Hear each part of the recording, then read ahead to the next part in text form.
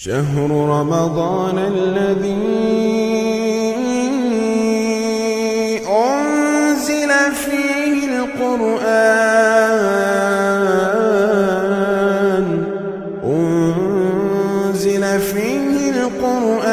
هدى للناس وبينات من الهدى والفرقان۔ قرآن حکیم کے 25ویں پارے کا تفسیری خلاصہ پیش کیا جا رہا ہے۔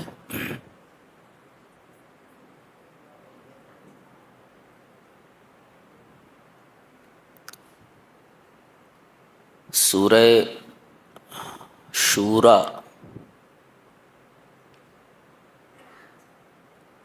یہ پہلی سورہ ہے جو اس پارے میں موجود ہے۔ اس سورہ کی ایک خاص اور اہم بات یہ ہے کہ اس میں کلمہ وحی اور اس کے مشتقات، یعنی وحی کا جو لفظ ہے وہ لفظ اور لفظ وحی سے نکلنے والے الفاظ، یعنی اس کے مشتقات، جاءت 6 مرات، 6 times، یعنی 6 بار آئے۔ کیا مطلب؟ یہ قرآن حکیم وحی ہے، یہ قرآن حکیم وحی ہے، یہ قرآن حکیم وحی ہے، یہ قرآن حکیم وحی ہے۔ 6 مرتبہ یہ لفظ لایا گیا ہے،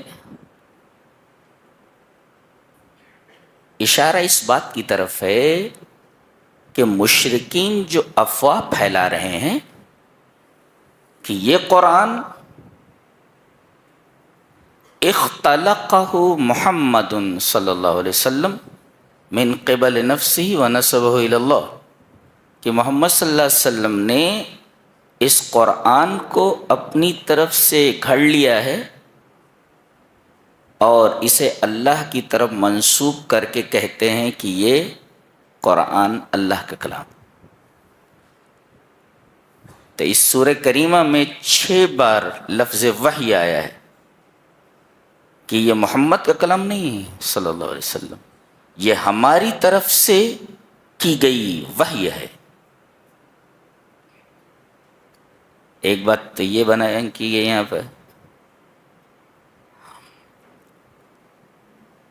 اور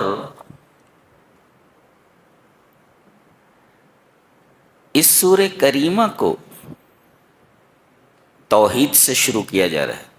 پہلے توحید کا بیان ہے، اوپر سے توحید ہی کا بیان آ رہا ہے وحی کے لفظ کے ذکر کے بعد۔ یہ کہا جا رہا ہے کہ ام اتخذوا من دونہ اولیاء، یعنی انہوں نے اللہ کو چھوڑ کر دوسرے سہارے بنا لیے ہیں کہ یہ ہمارا بنا سکتے ہیں، یہ ہمارا بگاڑ سکتے ہیں۔ ایسے سہارے انہوں نے بنا لیے ہیں۔ لفظ دیکھ رہے ہیں، سچ مچ وحی ہی ہے۔ اتخاذ کا مطلب ہوتا ہے ٹو میک، بنانا۔ اتخاذ کا مطلب ٹو میک، بنانا، یعنی یہ سہارے بنا لیے گئے ہیں نہیں۔ ایک ہوتا ہے سہارا ہونا اور ایک ہوتا ہے سہارا بنا لینا۔ یہ مین میڈ ہیں، یہ تو مطلب ہوا، یہ مین میڈ کارساز ہیں، یہ بنائے گئے ہیں، بنے ہوئے نہیں ہیں، ان کو لوگوں نے بنا لیا۔ اور کہتے نہیں ہیں پیرا نمی پرند مریدہ می پر آنند، پیر لوگ نہیں اڑتے ہیں، مرید لوگ ان کو اڑا دیتے ہیں۔ ام اتخذوا من دونہ اولیاء، انہوں نے اللہ کو چھوڑ کر کارساز بنا لیا۔ کارساز میں کام بنانے والا، یہ ہمارے کام بناتے ہیں۔ تو فاللہ هو الولی. دیکھو اللہ یہ عربی زبان میں عربی قاعدے کے مطابق مبتدا ہے اور الولی جو اس کی خبر ہے، اور مبتدا اور خبر کے درمیان ہوا جو ضمیر ہے اس کی فصل آئی ہے. جب ایسا ہو تو خبر مبتدا میں محصور ہو جاتی ہے. یہ ضابطہ ہے نحو کا. یعنی انہوں نے اللہ کے علاوہ کارساز بنا لیے ہیں، وہ بنے ہوئے ہیں. حقیقت کیا ہے؟ حقیقت یہ ہے کہ اللہ هو الولی، اللہ ہی کارساز ہے. اللہ کارساز نہیں، اللہ ہی کارساز ہے. یہ مطلب ہوا.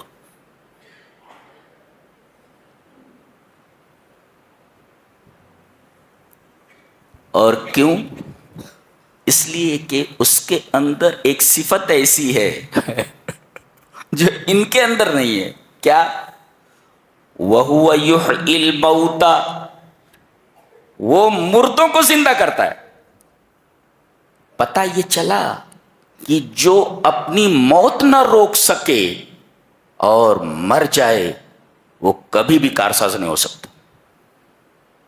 دلیل دی گئی ہے. پہلے کیا کہا گیا؟ اللہ کو چھوڑ کر انہوں نے کارساز بنا لیے ہیں، اور لفظ اتخاذ بتاتا ہے کہ یہ ہیں نہیں، لوگوں نے ان کو بنا لیا ہے. حقیقت کیا ہے؟ حقیقت یہ ہے کہ اللہ ہی کارساز ہے. فاللہ هو الولی. کیوں اللہ ہی کارساز. وَهُوَ يُحْيِي الْمَوْتَى، وہ مردوں کو زندہ کرتا ہے. تو آئیں تمہارے کارساز. تو سب سے پہلے ان سے یہ سوال کیا جائے، آپ مردوں کو زندہ کر لیتے ہیں؟ بولے نہیں کر سکتے. ارے آپ کی زندگی خود ہی کسی کی عطا کردہ ہے، آپ اپنی موت کو نہیں روک سکتے تو دوسروں کا کام کیا بنا سکتے ہو؟ تو کارساز حقیقت میں وہی ہوتا ہے جو مردوں کو زندہ کرے. حضرت ابراہیم علیہ السلام لوگوں کو جب توحید کی دعوت دے رہے تھے تو چاند کی طرف دیکھ کر کہا فَلَمَّا رَأَى الْقَمَرَ بَازِغًا قَالَ هَذَا رَبِّي. چاند کو دیکھا کہ یہ میرا رب ہے. بہرحال وہ بھی ڈوب گیا، ستارہ ڈوب گیا، چاند ڈوب گیا. کہنے لگے لا احب الآفلین. افول کا مطلب ہوتا ہے کوئی چیز پہلے دکھائی دے رہی تھی اب چھپ گئی ہے. یہی تو مطلب افول کا. پہلے چاند دکھائی دے رہا تھا، چھپ گیا، ڈوب گیا. ستارے پہلے دکھائی دے رہے تھے اب دکھائی نہیں دے رہے. پتہ یہ چلا کہ ظاہر ہونے کے بعد جو چھپ جائے وہ معبود نہیں ہو سکتا. ایسے ہی بابا لوگ دنیا میں دکھائی دے رہے تھے، مرنے کے بعد قبر کے اندر چلے گئے، اب دکھائی نہیں دے رہے. تو جو چیز چھپ جائے دکھائی دینے کے بعد وہ کبھی بھی معبود نہیں ہو سکتی. ذہن نشین کرو.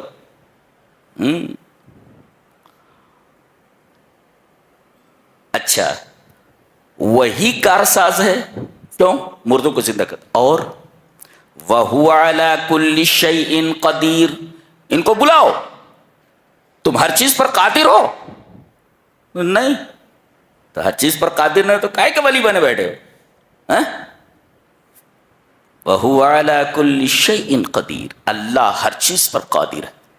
لہذا جو ہر چیز پر قادر ہو وہی کارساز بنائے جانے کے لائق ہے، اور وہی حقیقت میں کارساز ہے.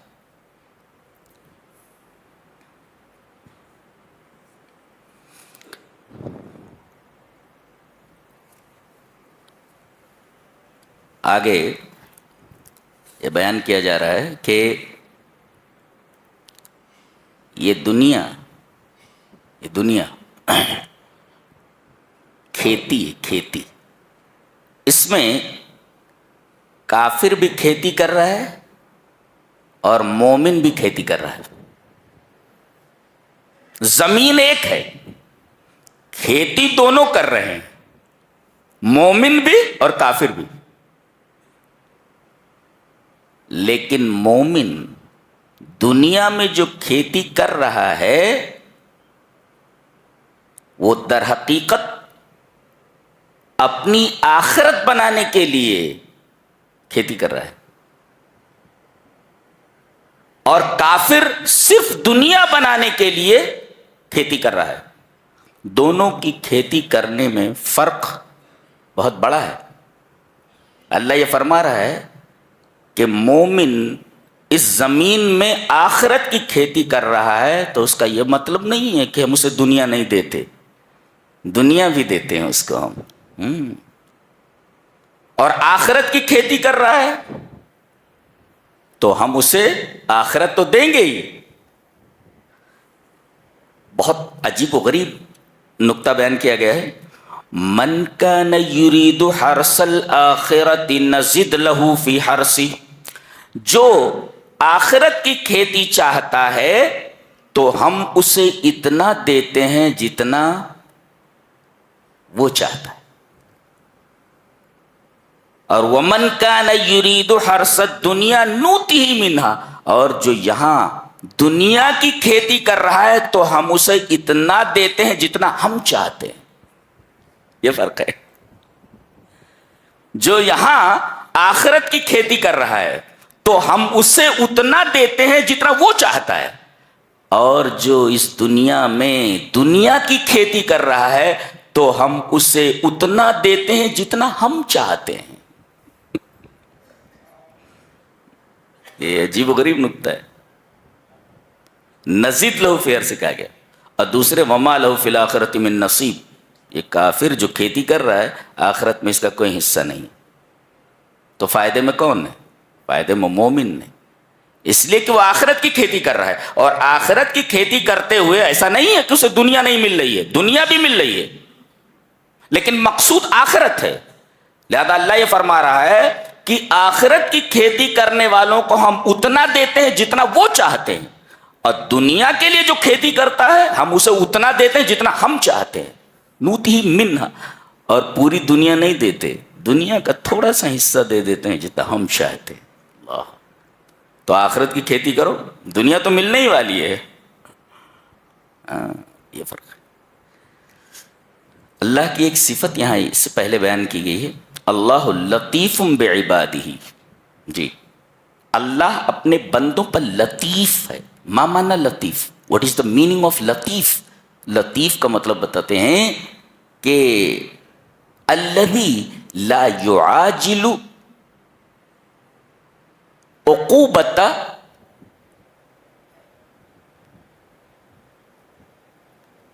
عقاب، یعنی اللہ تبارک و تعالی کسی گناہ کرنے والے کے گناہ پر فوراً پکڑ نہیں کرتا. لطیف ہے وہ. جبکہ آدمی گناہ کرتا ہوا پکڑا جاتا ہے تو اسے فوراً قرار واقعی سزا دی جاتی ہے، لیکن اللہ کے ہاں ایسا نہیں ہے، بلکہ وہ سدھرنے کا موقع دیتا ہے. تو الذی لا یعاجل العقوبہ، سزا جلدی نہیں دیتا، اور جو اس سے امید لگاتا ہے اس کی امید کو توڑتا نہیں ہے. جو اس سے امید لگا لے اللہ اس کی امید کو پورا کرتا ہے اور اسے ناکام نہیں کرتا.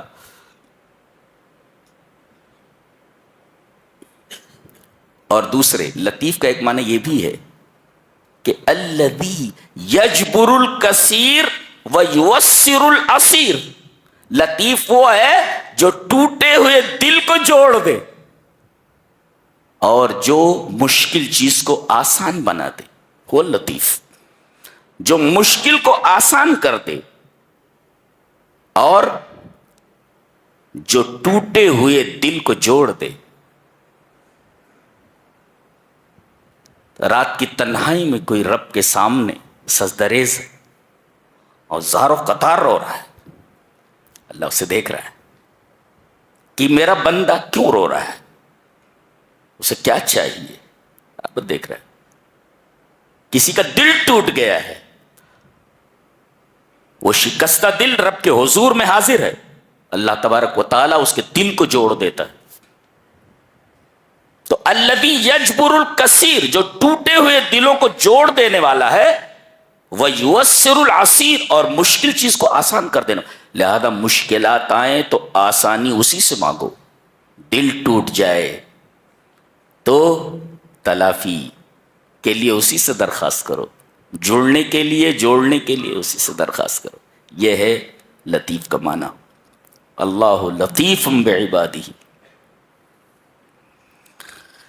اللہ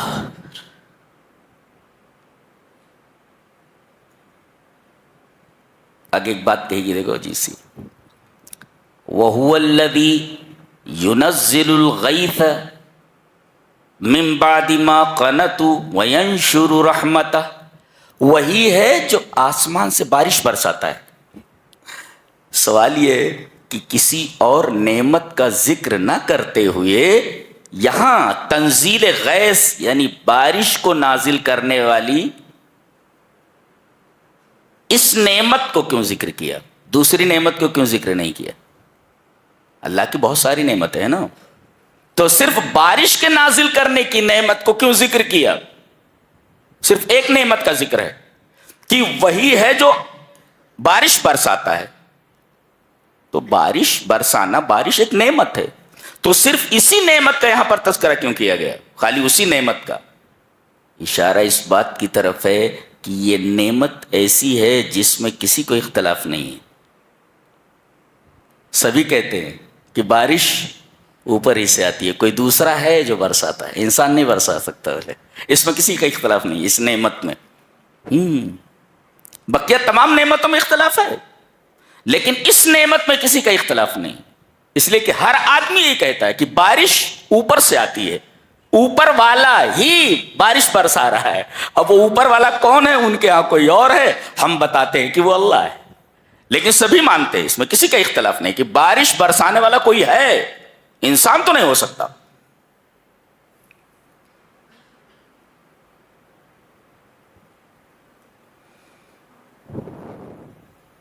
یہ دیکھو ایک آیت کریمہ، دیکھو اس کی ترتیب اتنی خوبصورت ہے کہ اس آیت کریمہ پر جب میں پہنچا تو بڑی دیر تک سکتے کے عالم میں رہا. ترتیب دیکھو، والذین آمنوا وعملوا الصالحات فی روضات الجنات لهم ما یشاءون عند ربهم ذلک هو الفضل الکبیر.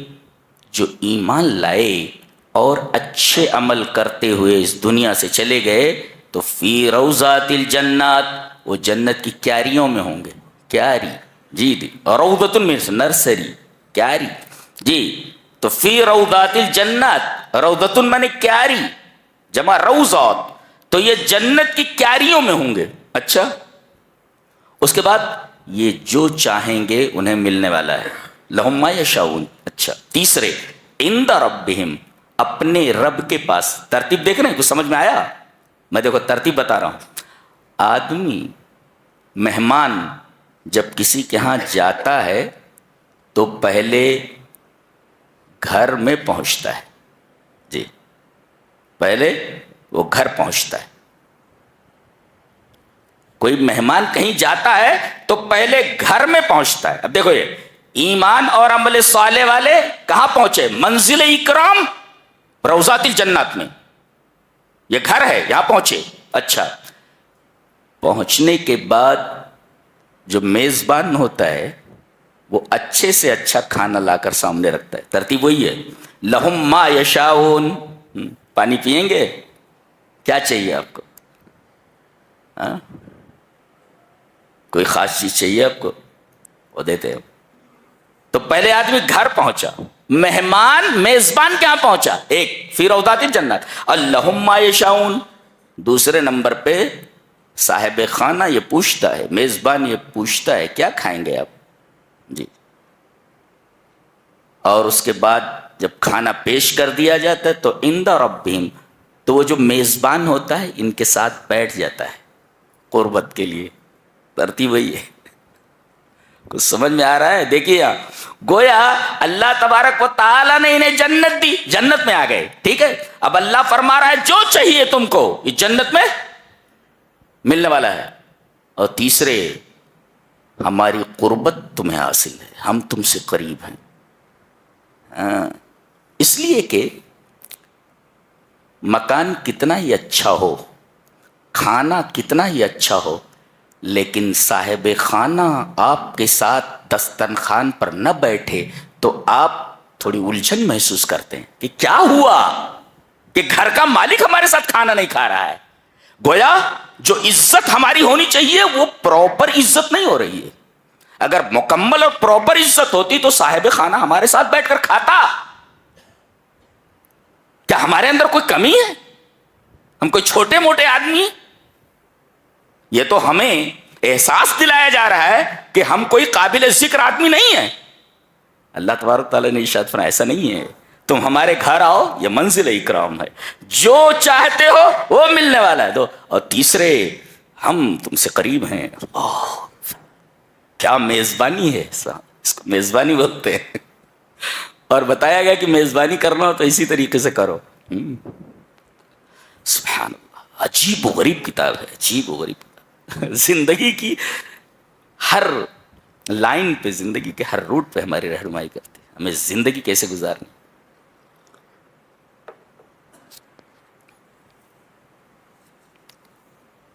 غضب کی کتاب ہے۔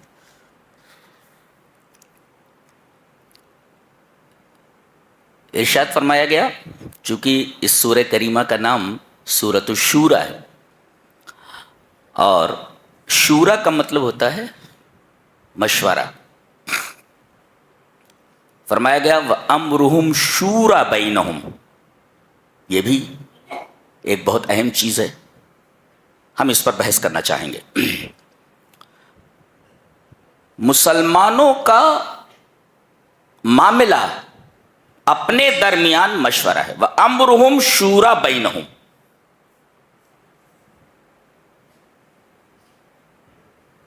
اس میں یہ تعلیم دی گئی ہے کہ مسلمانوں کے اجتماعی معاملات باہمی مشوروں سے طے ہونے چاہیے۔ ایک ریپیٹ کرتا ہوں، مسلمانوں کے اجتماعی معاملات باہمی مشوروں سے طے ہونے چاہیے۔ کیوں؟ چوتھے پارے میں سورہ آل عمران میں خود اللہ تعالیٰ نے اپنے نبی کو حکم دیا وَشَاوِرْهُمْ فِي الْأَمْرِ، صحابہ کرام سے آپ معاملے میں مشورہ طلب کیجئے۔ نبی کسی کے مشورے کا محتاج ہے، لیکن مشورے کو اتنی اہمیت دی گئی ہے کہ نبی سے کہا جا رہا ہے کہ آپ صحابہ کرام سے مشورہ کیجئے۔ نبی مشورے میں کسی کا محتاج نہیں ہوتا، وہ خود فیصلہ کرتا ہے، لیکن یہاں نبی کو یہ حکم دے کر کے کہ تم صحابہ کرام سے معاملات میں مشورہ کر لیا کرو، اشارہ اس بات کی طرف ہے کہ امت کے اندر مشورے کی یہ سنت قائم رہنی چاہیے، جاری رہنی چاہیے کہ کوئی بھی معاملہ ہو اجتماعی سب بیٹھ کر مشورہ کریں۔ اور عقل بھی اس کو درست مانتی ہے۔ کیوں؟ اس لیے کہ متعدد عقلوں کا اجتماع ایک عقل کے مقابلے میں زیادہ مفید اور زیادہ کارآمد ہوتا ہے۔ اس لیے کہ جب مختلف اور متعدد مشورے آ جائیں اور تمام کے اوپر غور کرنے کے بعد کسی نتیجے پر آپ پہنچیں تو اس نتیجے میں غلطی کے امکانات اور پاسبلٹیز 0% ہوتا ہے۔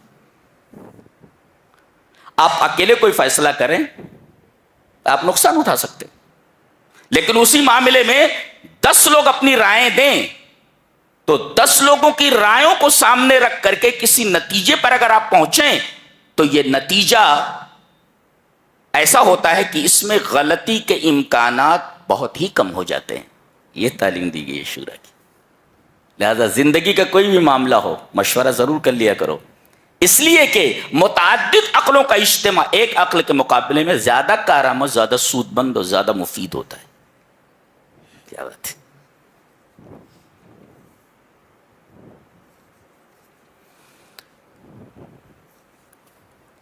بتایا گیا کہ مومنین کی ایک نمایاں خصوصیت ہے، جی ایمان لانے والوں کی وہ ہونی چاہیے ان کے اندر. بہت ساری صفتیں ہیں, بہت سارے ایٹریبیوٹس ہیں جو ان کے اندر ہونی چاہیے. ایک بالکل پروناؤنسڈ, بالکل نمایاں صفت جو ان کے اندر ہونی چاہیے وہ یہ ہے. کیا؟ عام طور پر ایسا ہوتا ہے,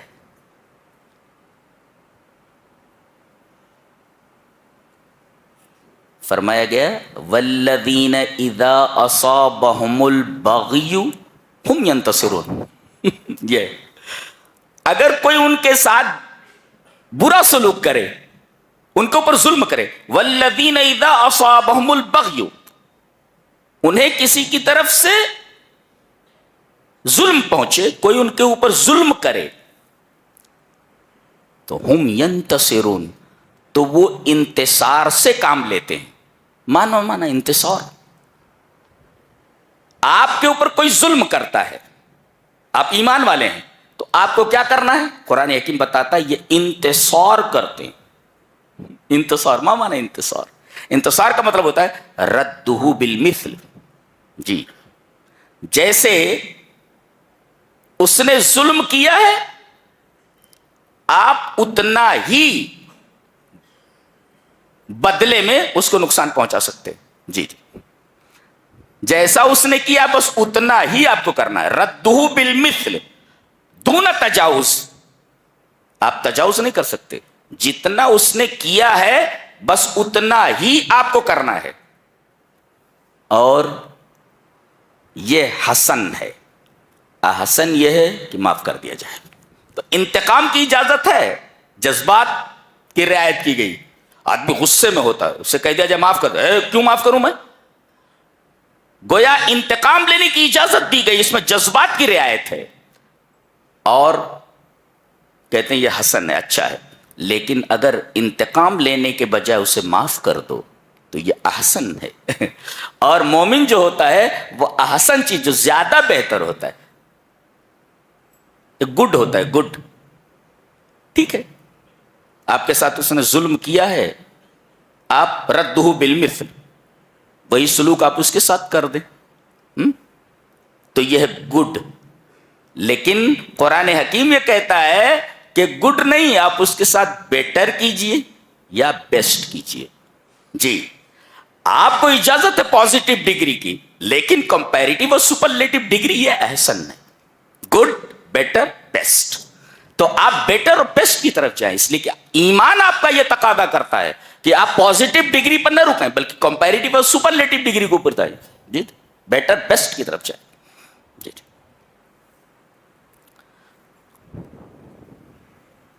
اسی بات. وَجَزَاءُ سَيِّئَةٍ سَيِّئَةٌ مِثْلُهَا, برائی کا بدلہ اسی کے مثل برائی ہے. ایک گلاس میں کوئی چیز ہے,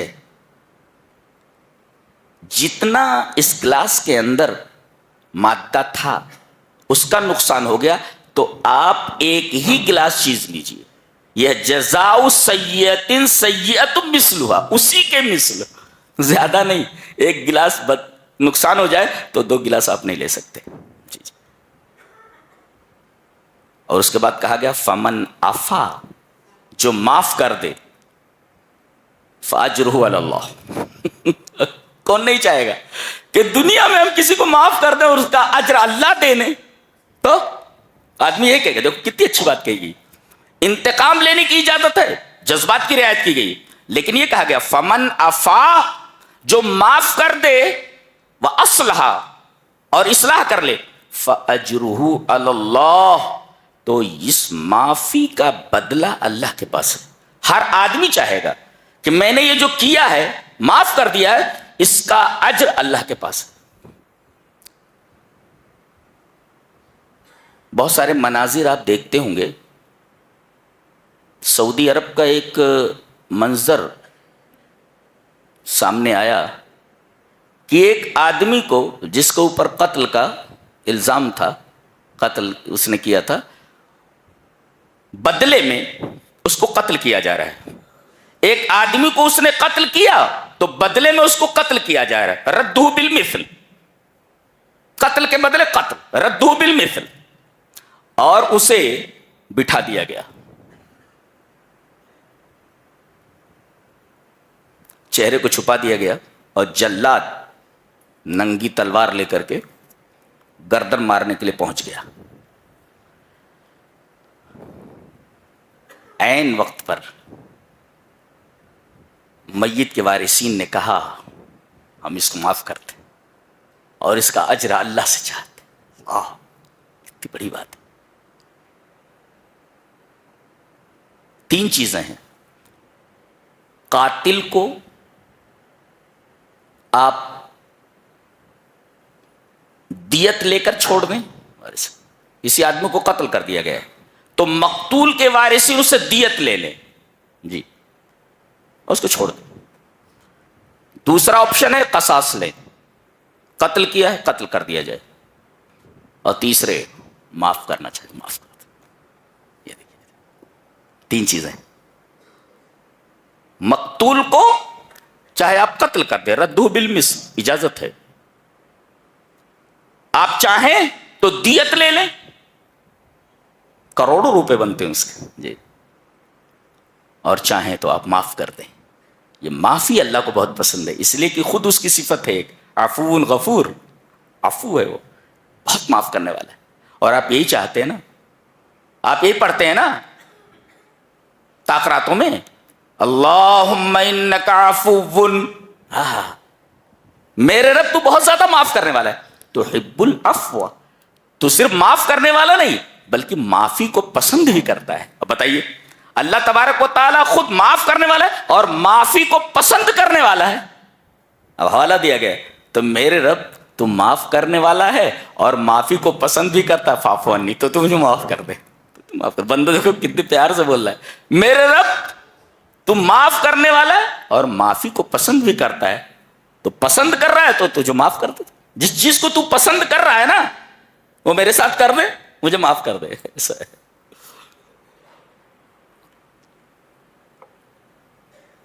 یہ تعلیم ہے اسلام کی.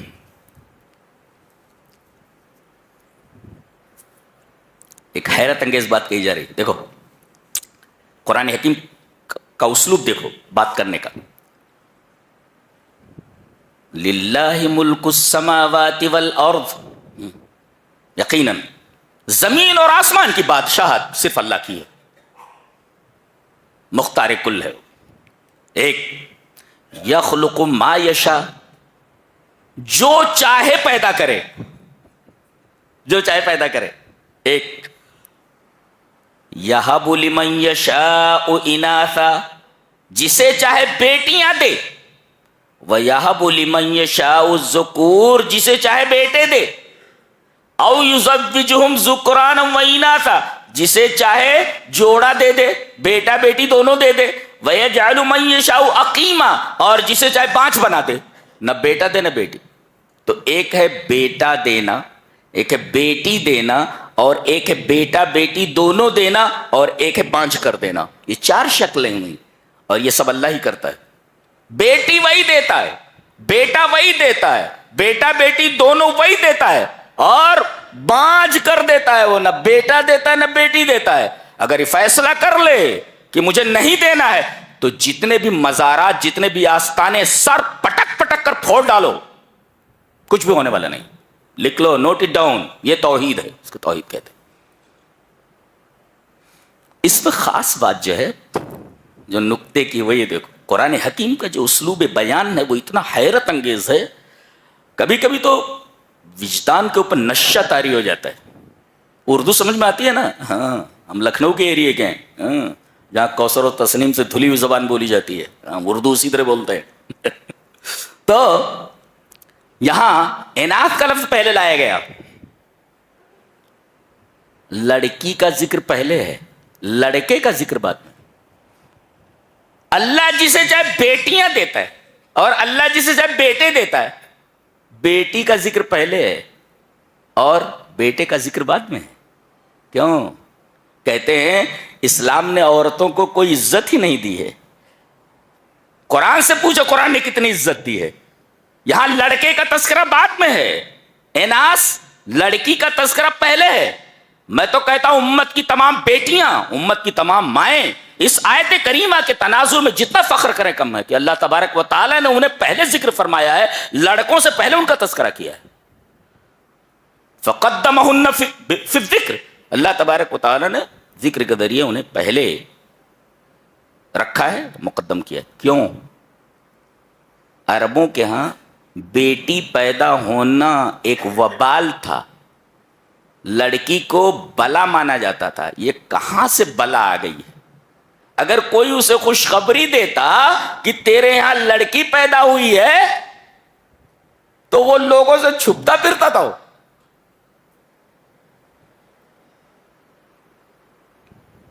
یعنی لڑکیوں کی پیدائش کو آر سمجھا جاتا. وہ 22 سے ننگو آر تھیں، انہیں زندہ درگور کر دیا جاتا تھا. اور آپ نے وہ واقعہ سنا ہی ہوگا کہ ایک آدمی نے ایک ایک بعد دیگرے اپنی کئی بیٹیوں کو زندہ درگور کر دیا تھا. اتنے سنگ دل تھے یہ. یہاں لڑکیوں کا تذکرہ پہلے کیا گیا یہ بتانے کے لیے تاکہ لِإِنَاسِ الْآبَاءِ، تاکہ ان کے باپ کو مانوس کیا جائے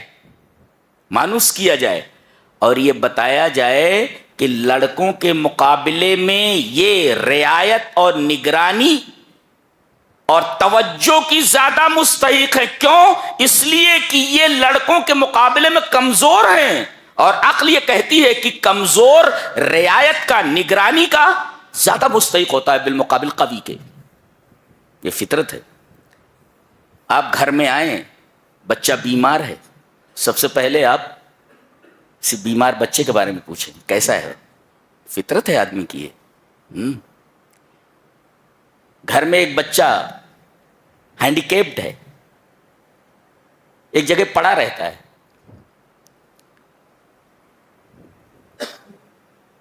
ایک بیکار شے ہے لوگوں کی نگاہ میں. باپ گھر میں جب داخل ہوگا تو بیوی سے سب سے پہلے یہ پوچھے گا اس کی طبیعت کیسی ہے، اس نے کچھ کھایا کہ نہیں کھایا. آدمی کی فطرت اللہ نے ایسی رکھی ہے کہ وہ کمزوروں پر زیادہ توجہ دیتا ہے. یہاں بھی لڑکی کا تذکرہ پہلے کرنے کا فلسفہ یہ ہے کہ اللہ تبارک و تعالی نے لڑکیوں کے باپوں کو متوجہ کیا اس بات پر کہ یہ بیٹیاں تمہارے بیٹوں کے مقابلے میں بہت کمزور ہیں، لہذا تمہارے اخلاق کا، تمہارے ضمیر کا، تمہارے جذبات کا اولین تقاضا یہ ہے کہ بیٹیوں کے اوپر زیادہ توجہ صرف کرو بالمقابل بیٹوں کے. اس وجہ سے لڑکیوں کا تذکرہ پہلے کیا گیا تاکہ ان کے باپ کو متوجہ کیا جا سکے کہ بیٹیوں کے اوپر توجہ زیادہ دو بالمقابل لڑکوں کے، اس لیے کہ بیٹیاں کمزور ہیں اور آدمی کا ضمیر یہ کہتا ہے کہ کمزوروں کے ساتھ شفقت کا برتاؤ زیادہ کیا جائے بالمقابل قوی کے مقابل طاقتور کے. فہمتم؟ یہ ہے قرآن.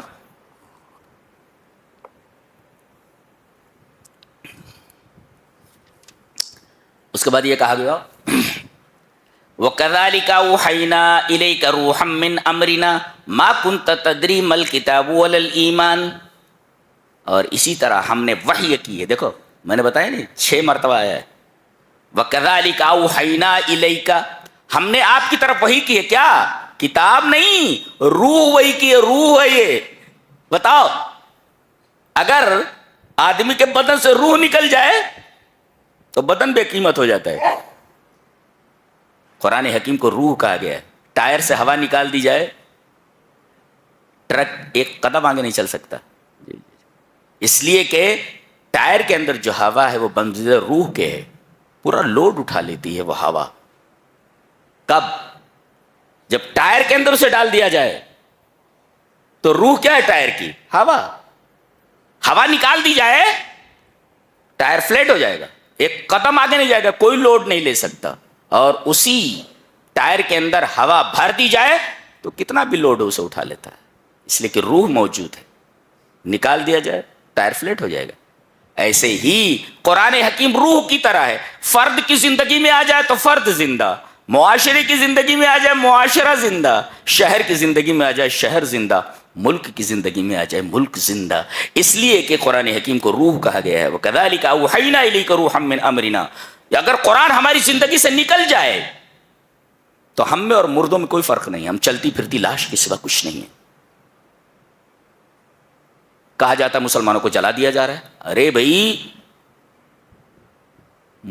مرے ہوئے شخص کے ساتھ کیا معاملہ کیا جاتا ہے؟ آدمی مرا ہوا تو اس کے ساتھ کیا کیا جاتا ہے؟ جلا دیا جاتا ہے یا گاڑ دیا جاتا ہے؟ وہی ہے. قرآن کو چھوڑ کر تم مرے ہوئے ہو, تمہارے ساتھ کچھ بھی کیا جا سکتا ہے.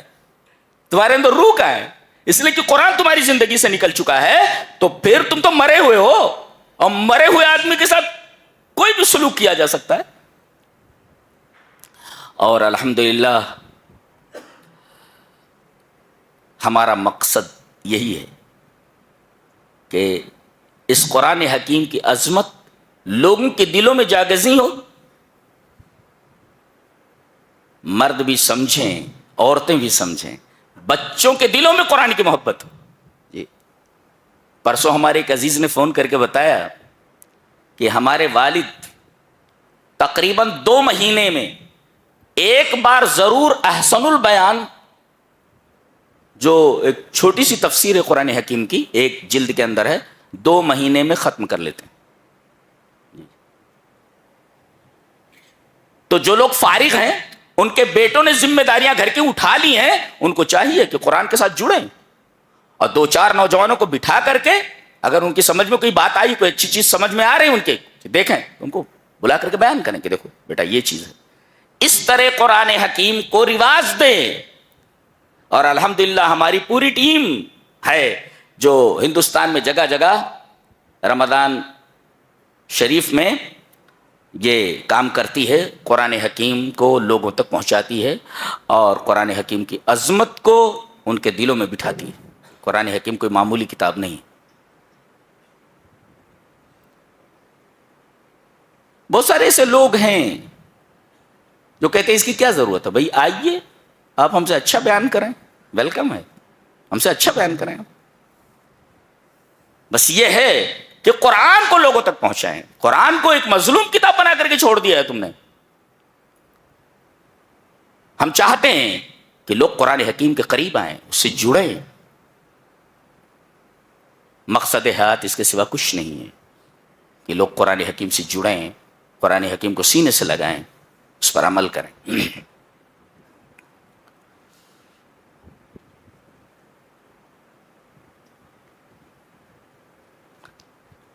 عورتوں کے تعلق سے ایک بات کہی جا رہی ہے, پہلے دیکھیں.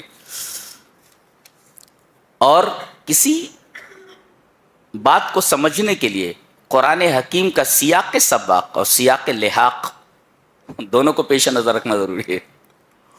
یعنی اس بات کے پہلے کیا کہا گیا ہے اور اس بات کے بعد میں کیا کہا, جس کو کہتے ہیں سیاق سباق, پہلے جو گزر چکا, جو پہلا کانٹیکسٹ ہے وہ, اور سیاق لحاق بعد میں کیا کانٹیکسٹ ہے. دونوں کانٹیکسٹ کو سمجھنے کے بعد اس چیز کو سمجھے آپ, پہلے کیا کہا گیا, بعد میں کیا کہا گیا. مشرکین کہتے تھے کہ فرشتے اللہ کی بیٹیاں ہیں. فرشتے اللہ کی بیٹیاں ہیں.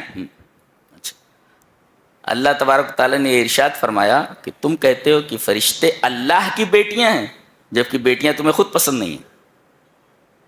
بیٹیاں تمہیں خود پسند نہیں ہیں, تم تو بیٹیوں کو زندہ تربور کر دیتے ہو. تو جو تمہیں پسند ہے وہ اپنی طرف منسوب کرتے ہو, اور جو تمہیں پسند نہیں وہ اللہ کی طرف منسوب کرتے ہو. یہ کہاں کا انصاف ہے؟ تلک اذن قسمۃ ضیزیٰ, یہ تو بڑی ٹیڑھی تقسیم ہے. یہ بڑی ٹیڑھی تقسیم ہے. جس کو تم پسند کرتے ہو لڑکوں کو, اسے اپنی طرف منسوب کرتے ہو, اور لڑکیاں جن کو تم پسند نہیں کرتے انہیں اللہ کی طرف منسوب کر دیتے ہو, کہتے ہو کہ فرشتے اللہ کی بیٹیاں ہیں. اب عورتوں کے بارے میں کہا جا رہا ہے بیچ میں لا کر کے. سیاق سباق ذہن میں رکھیں کہ پہلے کیا کہا گیا ہے. مشرکین کہتے ہیں کہ فرشتے اللہ کی بیٹیاں ہیں, بیچ میں کہا جا رہا ہے أَوَمَن يُنَشَّأُ فِي الْحِلْيَةِ وَهُوَ فِي الْخِصَامِ غَيْرُ مُبِينٍ. کیا جس کی پرورش زیورات میں ہوئی ہو اور وہ بحث کے دوران اپنی بات کو واضح طور پر نہ پیش کر سکے، اس کو تم اللہ کی طرف منسوب کرتے ہو؟ عورتوں کے بارے میں دو چیزیں بیان کی گئی. ایک تو زیورات میں اس کی پرورش ہوتی ہے، نشا اے شبت و ترارات، یعنی بچپن ہی سے لڑکیوں کی پرورش زیورات میں ہوتی ہے، بناؤ سنگار میں ہوتی ہے.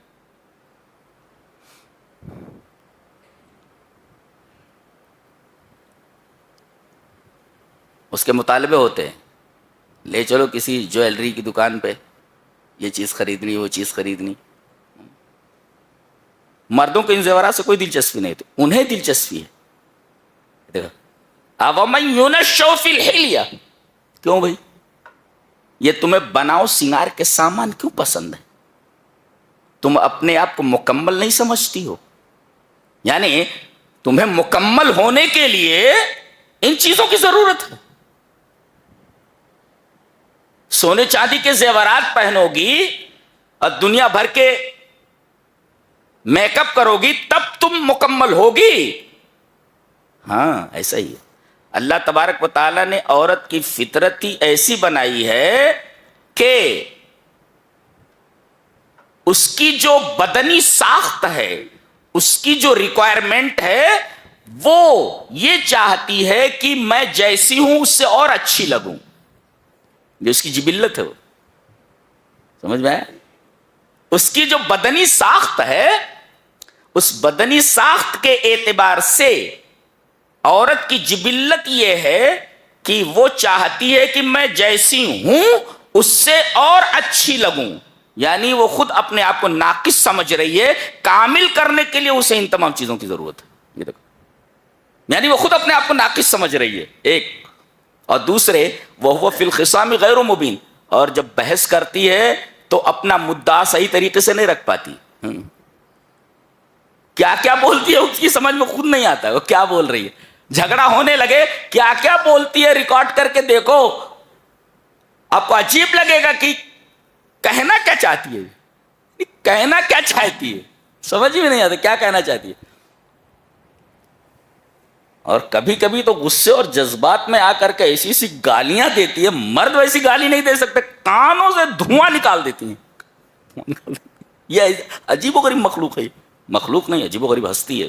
اومن ینشأ فی الحلیۃ وہو فی الخصام غیر مبین، بچپن سے اس کی پرورش زیورات میں اور بناؤ سنگار کی چیزوں میں ہوتا ہے. اس کو سونے چاندی کے زیورات اور میک اپ کے سامانوں سے بڑی محبت ہوتی ہے. وہ اپنی زندگی کا جزو لا ينفک سمجھتی ہیں ان چیزوں کو. یعنی کہیں نہ کہیں ان کے دل میں یہ بات ہوتی ہے کہ میں ناقص ہوں، کامل ہونے کے لیے مجھے ان تمام چیزوں کی ضرورت ہے. تو وہ اپنے نقص کو خود ظاہر کر رہی ہے. اور دوسرے جب بات کرتی ہے تو بحث میں اپنے مدعا کو صاف طریقے پر نہیں رکھ پاتی. بظاہر ایسا لگتا ہے جیسے یہاں عورت کا نقص بیان کیا گیا ہو، لیکن نہیں، نقص بیان کرنے کے ساتھ ساتھ ان کی تعریف بھی ہے کہ اگر وہ بحث میں اپنی بات واضح طور پر نہیں رکھ پا رہی ہے مردوں کی طرح، تو کیا چیز مانے آتی ہے؟ اس کی حیا. عورت میں حیا بالمقابل مردوں کی زیادہ ہے. حیا اس کو روک دیتی ہے، اور اس حیا کی وجہ سے وہ اس طریقے سے بات نہیں کر سکتی، اپنا مدعا سامنے نہیں رکھ سکتی جیسا کہ آدمی رکھتا ہے، مرد رکھتا ہے. حیا مانے آ جاتی ہے. دیکھو اس کی تعریف کی گئی کہ یہ حیا دار ہے، حیا اس کے اندر ہے، اس وجہ سے وہ اپنی بات کو، اپنی مدعا کو صحیح طریقے سے نہیں رکھ پا رہی ہے ایک. اور دوسرے یہ جو میک اپ کی محتاج ہے وہ، اور زیورات سے دلچسپی ہے، میک اپ کے سامانوں سے دلچسپی ہے، اس وجہ سے کہ تاکہ معاشرے میں، خانگی زندگی میں اس کا ایک کردار ہو. جی اس کا ایک کردار ہو کہ شوہر اس کی طرف مائل رہے. دیکھو یہاں بھی ایک بہترین جذبہ کار فرما ہے اس پیچھے. کہ میں اچھے سے اچھی دکھوں تاکہ شوہر میری ہی طرف متوجہ رہے، اس کا دھیان کسی اور طرف نہ بھٹکے. دیکھو غور کیا جائے تو ان دونوں چیزوں کے پیچھے قابل تعریف چیزیں موجود ہیں. جی. پھر بھی دیکھا جائے تو ایک طریقے کا نقص ہے یہ. تو اللہ تبارک تعالیٰ نے یہ فرمایا کہ تم ناقص چیز کو ہماری طرف منسوب کرتے ہو، اور جسے تم کامل سمجھتے ہو یعنی مرد، اس کو تم اپنی طرف منسوب کرتے ہو. یہ کہاں کا انصاف ہے؟ یہ ایک ٹیڑھی تقسیم ہے یہ. اس کے بعد فرمایا جب تقسیم کی بات آئی تو آگے یہ ذکر کیا گیا کہ رزق کا جو نظام ہے اور اس کی تقسیم کا جو سلسلہ ہے وہ پورا کا پورا اللہ کے ہاتھ میں ہے. اگر آدمی کے ہاتھ میں نظام رزق دے دیا جائے تو میرا خیال ہے کہ اپنے دشمن کو وہ ایک لقمہ دینے کے لیے تیار نہیں ہوگا. وہ یہ چاہے گا کہ میرا دشمن بھوکا مر جائے. اسی وجہ سے اللہ تبارک تعالیٰ نے رزق کا پورا نظام اپنے ہاتھ میں رکھ رکھا ہے. فرمایا گیا اہم یقسمون رحمت ربک، وہ تیرے رب کی رحمتیں یہ تقسیم کر رہے ہیں، یہ تقسیم کر رہے ہیں تیرے رب کی رحمت. نحن قسمنا بینہم معیشتہم فی الحیات الدنیا. سوال یہ پیدا ہوا کسی کو کم دیا کسی کو زیادہ دیا، کیوں؟ کسی کو امیر بنایا کسی کو غریب بنایا. کسی کو دیکھو کہ آفس میں اے سی روم میں بیٹھا ہوا ہے اور کوئی بیچارہ فٹ پاتھ پہ گرمی برداشت کرتے ہوئے جوتے پر پالش کر رہا ہے. یہ تقسیم اللہ کی ہے؟ بالکل اللہ کی تقسیم ہے. ایسا کیوں کیا اس نے؟ اس لیے کہ یہ جو تقسیم ہے یہ ضروری تھی دنیا چلنے کے لیے، ورنہ دنیا کا سارا کاروبار ٹھپ ہو جائے. اگر سب کو بنگلے دے دیے جائیں آپ کا جوتا کون بنائے گا؟ سب کو بنگلے دے دیے جائیں آپ کے جوتے پر پالش کون کرے گا؟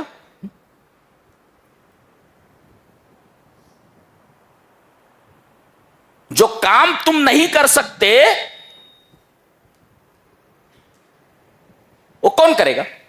کوئی ایسا ہونا چاہیے جو آپ سے مالی اعتبار سے کمتر ہو. تو اللہ تبارک و تعالیٰ نے رزق کے نظام میں جو یہ اونچ نیچ رکھی ہے، نشیب و فراز رکھے ہیں، یہ حکمت کے تحت ہے تاکہ زندگی کا کاروبار ایک سلیقے کے ساتھ ایک نظام کے ساتھ چل سکے. ورنہ اگر سب کو ایک طریقے سے رزق دیا جاتا تو کائنات کا نظام اور کاروبار زندگی ٹھپ ہو کر کے رہ جاتا. لہذا امیر و غریب کا یہ جو فرق ہے یہ فطری ہے، یہ دنیا چلنے کے لیے ضروری ہے. آپ اپنے جوتے کیسے بناتے خالی یہی سوچ لو. یہ موبائل آپ کے ہاتھ میں کیسے ہوتی؟ بنانے والا کوئی اور ہے، آپ نے اس کو خریدا ہے، آپ نہیں بنا سکتے اس کو. بنانے والا کوئی اور ہے، خریدنے والا کوئی اور ہے. بڑا دماغ لگایا ہوگا اس نے، بہت وقت صرف کیا ہوگا اس نے، تب یہ موبائل آپ کے ہاتھ میں آیا ہے. اچھا، نبی کریم صلی اللہ علیہ وسلم نے ارشاد فرمایا کہ اللہ تبارک و تعالی اپنے کسی بندے کو امیر نہیں بنا چاہتے. کیوں؟ اس لیے کہ وہ یہ دیکھ رہا ہے کہ اگر میں نے اپنے اس بندے کو امیر بنا دیا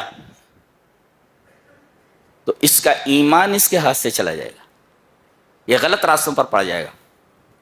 تو کبھی اس وجہ سے اللہ تبارک تعالیٰ اپنے کسی بندے کو امیر نہیں بنانا چاہتا، اس لیے کہ خود اس کے حق میں یہ چیز اچھی نہیں ہے کہ اگر اسے رزق فراوانی کے ساتھ دے دیا گیا، رزق فراواں عطا کر دیا گیا تو وہ پٹری سے ہٹ جائے گا، ایمان سے ہاتھ دھو بیٹھے گا. اور اللہ یہ دیکھتا ہے کہ اگر میں نے اپنے اس بندے کو غریب کر دیا تو غریبی کی وجہ سے اس کا ایمان چلا جائے گا. تو اللہ تبارک و تعالیٰ اس کو پیسے دے دیتا ہے اور اس کو پیسے سے محروم رکھتا ہے، ایک خاص مقدار میں روزی عطا کرتا ہے. گویا کہ ہر چیز ایک خاص اندازے کے ساتھ چل رہی ہے. تو بندے نے کوئی چیز مانگی اور اسے نہیں ملی تو اسے سوچنا چاہیے کہ مصلحت متقاضی نہیں ہے، اللہ کسی وجہ سے مجھے یہ چیز نہیں دینا چاہتا جو میں نے اس سے مانگی ہے، شاید یہ میرے حق میں مفید نہ ہو. یہ سوچنا چاہیے. اس لیے کہ ہم جو چیز مانگ رہے ہیں ہمیں کیا پتا کہ یہ چیز ہمارے حق میں مفید ہے کہ غیر مفید؟ جس نے ہم کو بنایا ہے، جو ہمارا رب ہے، اسے معلوم ہے کہ کون سی چیز میرے حق میں مفید ہے اور کون سی چیز میرے حق میں مضر ہے۔ ایک بچہ ہے بخار سے تپ رہا ہے اور اپنے والدین سے آئس کریم کھانے کی ضد کر رہا ہے، ایسی چیز کھانے کی ضد کر رہا ہے جو اس کے مرض کو مزید بڑھا دے۔ ماں باپ چونکہ مربی ہیں، کبھی بھی لڑکے کی خواہش پوری نہیں کریں گے، اسے آئس کریم لے کر کے نہیں دیں گے۔ کیوں؟ اس لیے کہ معلوم ہے کہ اگر یہ آئس کریم اسے دے دی گئی سب مرض بڑھ جائے گا، یہ بیمار ہو جائے گا۔ یہ اور دیکھو آپ خود ایسا کرتے ہیں تو اللہ کے بارے میں ایسا کیوں نہیں سوچتے کہ کوئی چیز اس نے نہیں دی ہے، مصلحت متقاضی ہوگی، اس وجہ سے عطا نہیں کی گئی۔ کیا بات ہے۔ اس کے بعد ہم ایک آیت پر ٹھہریں گے، متوجہ ہیں؟ بہت ہی عجیب و غریب آیت۔ وَمَن يَعْشُ عَن ذِكْرِ الرَّحْمَنِ نُقَيِّضْ لَهُ شَيْطَانًا فَهُوَ لَهُ قَرِينٌ۔ اس میں ہم پہلے دو لفظوں پر بحث کریں گے، اس کے بعد ہم اس کے معنی پر آتے ہیں۔ غور سے میری طرف متوجہ ہو جائیے، بہت عجیب و غریب آیت ہے یہ۔ اشا یاشو کا مطلب ہوتا ہے رتوندھی والا ہونا، جس کو رتوندھی ہو جائے، اردو ہے یہ رتوندھی۔ رتوندھی کا مطلب یہ ہوتا ہے کہ شام ہو جانے کے بعد اسے دکھائی تو دیتا ہے مگر پوری طرح دکھائی نہیں دیتا۔ بیوی آ گئی، کہا جی بہن جی، ارے وہ بہن نہیں ہے، وہ بیوی ہے تیری، اس لیے کہ وہ ینظر بنظر ضعیف ینظر ببصر ضعیف، رتوندی والا ہے، وہ دیکھ تو رہا ہے مگر پوری طرح نہیں دیکھ پا رہا ہے، تو اس کو کہتے اشا یاشو، رتوندی والا ہونا، یعنی کوئی چیز پوری طرح اسے دکھائی نہ دے۔ وہی فرمایا گیا۔ تو جو رحمان کے ذکر سے، یہ رحمان کا ذکر کیا ہے؟ ایک تو اللہ کا ذکر ہے، دوسرے سر فہرست قرآن حکیم ہے۔ تو جو رحمان کے ذکر سے یعنی قرآن حکیم سے رتوندی والا ہو جائے، یعنی قرآن اسے دکھائی نہ دے پوری طرح، عجیب بات۔ اسی طریقے سے ایک اونٹنی کو کہتے ہیں ناقۃ اشوا۔ ناقۃ اشوا، ناقۃ اشوا کا مطلب ہوتا ہے الناقۃ التي لا تبصر الا شيئا قليلا۔ ایسی اونٹنی کو ناقۃ اشوا کہا جاتا ہے جو ٹھیک سے دیکھ نہیں سکتی، ہو پراپر دکھائی نہیں دیتا، اس کو جانا تھا ادھر چلی جاتی ہے، ادھر چلی جاتی ہے، ادھر صحیح سے راستہ اسے دکھائی نہیں دیتا۔ لا تبصر الا شيئا قليلا، تھوڑی سی ایسے ہی جسے قرآن کے ذکر سے رتوندی ہو جائے، یعنی قرآن اسے دکھائی نہ دے پراپر دکھائی نہ دے، وہ لفظ تو عجیب لفظ ہے۔ اچھا ایک لفظ تو یہ، اور دوسرے نقیض لہ شیطانا، تو ہم اس کے بدلے میں اس کے لیے ایک شیطان مقرر کر دیتے ہیں۔ یہ قیضہ کا لفظ بھی بڑا عجیب و غریب ہے۔ قیضہ کا مادہ قاف یہ ضاد، اس کا جو روٹ ورڈ ہے قاف یہ ضاد، اسی سے بے مقایضہ ہے، barter system. Barter system you know, barter system بولتے ہیں کہ سامان کے بدلے سامان، مثلا یہ گلاس میں لینا چاہ رہا تو پیسے دے کر نہیں، بلکہ میں اس ہینڈ کرچف کے ذریعے کہ take my handkerchief and give that glass to me, اب یہ میں ایک چیز دے کر ایک چیز لے رہا ہوں، that is called barter system. اس کو کہتے ہیں بے مقایضہ، بے مقایضہ، قاف یہ بہت مطلب سامان کے بدلے سامان لینا، ایک ہے پیسے دے کر سامان لینا، ایک ہے سامان کے بدلے سامان لینا۔ جیسے کپڑا لے رہے ہیں اور آپ اس کے بدلے میں بکری دے دیں کہ بکری، سامان کے بدلے سامان، تو وہاں کا گویا کہ ابدال ہوتا ہے، ابدال، ایک شے کا تبادلہ ایک شے سے۔ دیکھو تو اگر تم قرآن حکیم سے رتوندی والے ہو گئے، قرآن حکیم تمہیں برابر دکھائی نہیں دیتا، یہ حال ہمارا ہے۔ قرآن حکیم گھر میں رکھا ہوا ہے، پڑھتے نہیں، سمجھتے نہیں، قرآن رکھا ہوا ہے دکھائی نہیں دے رہا، کہاں رکھا ہوا، رتوندی والے ہو گئے۔ تو من یعش عن ذکر الرحمن، قرآن حکیم سے تم رتوندی والے ہو گئے ہو تو اب اس کے بدلے میں نقیز، ابدال، الابدال، سامان کے بدلے سامان بدلے میں دے دیا. بدلے میں کیا ہے؟ بدلے میں ہم تمہارے ساتھ ایک شیطان کو لگا دیتے ہیں. فہو قرین، یہ تمہارا ساتھی ہو جاتا ہے، ساتھی تمہارے ساتھ رہنے والا. یہاں رکیں گے ہم. یہ تو دو الفاظ تھے جن کی تشریح ضروری تھی، وہ میں نے کر دیا. حدیث رسول ہے، نبی اکرم صلی اللہ علیہ وسلم نے ارشاد فرمایا، جو آدمی پیدا ہوتا ہے تو عند ولادتہ ہی، اس کے پیدا ہوتے ہی اللہ اس کے ساتھ ایک شیطان لگا دیتا ہے. پیدا ہوا کہ اس کے ساتھ ایک شیطان لگ جاتا ہے. یہ کیا کرتا ہے؟ یأمر بالفحشاء والمنکر، بری چیزوں کا اور گندی چیزوں کا حکم دیتا ہے. وینہاہ عن الخیر، اور خیر سے روکتا ہے. یہ کام ہے اس کا. اور ایک فرشتہ مقرر کر دیا جاتا ہے جو اسے خیر کا حکم دیتا ہے. یہ دیکھو، یہ شر کا حکم دیتا ہے، یہ بھی پیدائش کے وقت مقرر کر دیا گیا. اور اس کے ساتھ ہی ایک فرشتہ مقرر کر دیا جاتا ہے، یہ اسے خیر کا حکم دیتا ہے. اور جب آدمی مر جاتا ہے، سوال یہ ہے کہ یہ جو قرین ہے، فرشتہ تو مرتا نہیں ہے، وہ تو چلا گیا. یہ شیطان بھی مرتا ہے؟ بولے نہیں. آدمی کے مرنے کے ساتھ یہ شیطان نہیں مرتا، بلکہ یہ باقی رہتا ہے. الا ان یاذن اللہ بموتہ، یہاں تک کہ اللہ تبارک و تعالیٰ اس کے مرنے کی اجازت دے دے یا حکم دے دے کہ اسے مرنا ہے. تو انسان پیدا ہوا، پیدا ہوتے وقت ایک فرشتہ اور ایک شیطان اس کے اوپر مقرر کر دیا جاتا ہے. شیطان اسے برائی کا حکم دیتا ہے اور فرشتہ اسے بھلائی کا حکم دیتا ہے. آدمی جب مر گیا تو یہ شیطان اس سے جدا ہو جاتا ہے. یہ نہیں کہا جاتا کہ وہ بھی مر جاتا ہے اور اس کے ساتھ قبر میں جاتا ہے، اس کا کوئی ثبوت نہیں ہے. ایسے فرشتہ، اس کے مرنے کا سوال ہی پیدا نہیں ہوتا، وہ بھی الگ ہو جاتا ہے اور یہ شیطان بھی اس سے الگ ہو جاتا ہے. اس لیے کہ انتہت مہمتہ، اس کی جو کارگزاری ہے وہ ختم ہو گئی.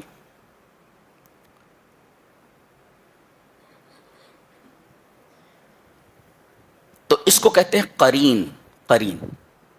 اب اللہ ہی فرماتے، دیکھو، جو رحمان کے ذکر سے اعراض کرے تو ہم اس کے بدلے اس کے اوپر ایک شیطان مقرر کر دیتے ہیں، وہ اس کا ساتھی ہو جاتا ہے. سوال یہ ہے کہ اللہ تبارک و تعالیٰ جو شیطان مقرر کر رہا ہے، یہ کوئی دوسرا شیطان ہے کیا؟